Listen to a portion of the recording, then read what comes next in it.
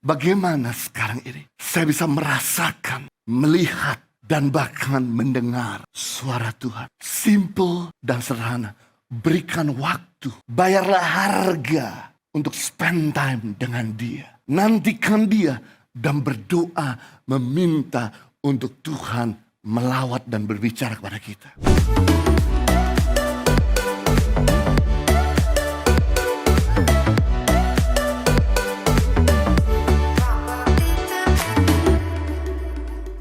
Dampak daripada api Pentakosta, apa yang terjadi setelah murid-murid dipenuhi Roh Kudus? Yang pertama, menajamkan kita mendengar, merasa, dan melihat Tuhan. Sehingga Tuhan bukan sesuatu mitos. Sehingga Tuhan bukan sesuatu yang mistik. Sehingga Tuhan bukan sesuatu yang misterius. Tapi Tuhan adalah sesuatu yang nyata.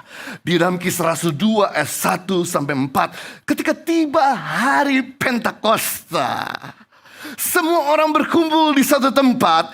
Tiba-tiba turunlah dari langit suatu bunyi. Katakan bunyi, 3, 2, 1. Seperti tiupan angin, katakan angin. Keras yang memenuhi seluruh rumah ya. Di mana mereka duduk. Dan tampaklah, katakan tampaklah, 3, 2, 1. Kepada mereka lidah-lidah seperti nyala api. Katakan lidah-lidah seperti nyala api, 3, 2, 1. Yang bertebaran hingga pada mereka masing-masing. Maka penuhlah mereka dengan Roh Kudus. Jadi ketika mereka sedang berdoa, Roh Kudus kemudian mulai melawat mereka dengan tanda bunyi. 2, angin. 3, lidah. Lidah seperti nyala api. Kenapa bunyi? Karena bunyi, karya Tuhan berkomunikasi kepada manusia. Kenapa angin?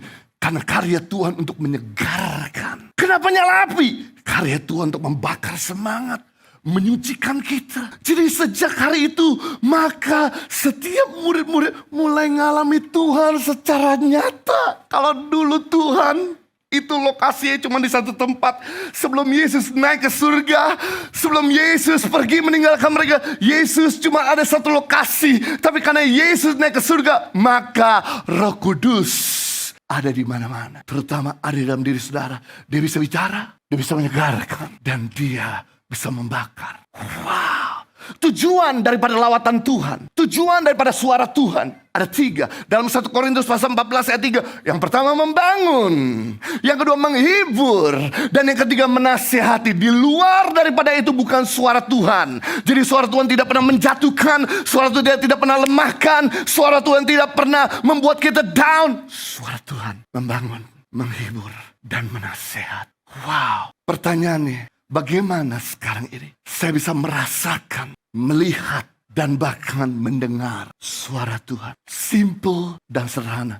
Berikan waktu, bayarlah harga untuk spend time dengan Dia. Nantikan Dia dan berdoa meminta untuk Tuhan melawat dan berbicara kepada kita. Impact Community Indonesia mengadakan 4 kali ibadah onsite setiap hari Minggu. Pukul 9 waktu Indonesia Barat, pukul 11 waktu Indonesia Barat, pukul 13 waktu Indonesia Barat, dan pukul 15 waktu Indonesia Barat di MOI, Mall of Indonesia Kelapa Gading lantai P3. Ibadah pertama hingga ibadah ketiga disertai ibadah anak dan ibadah remaja. Pastikan kehadiran Anda.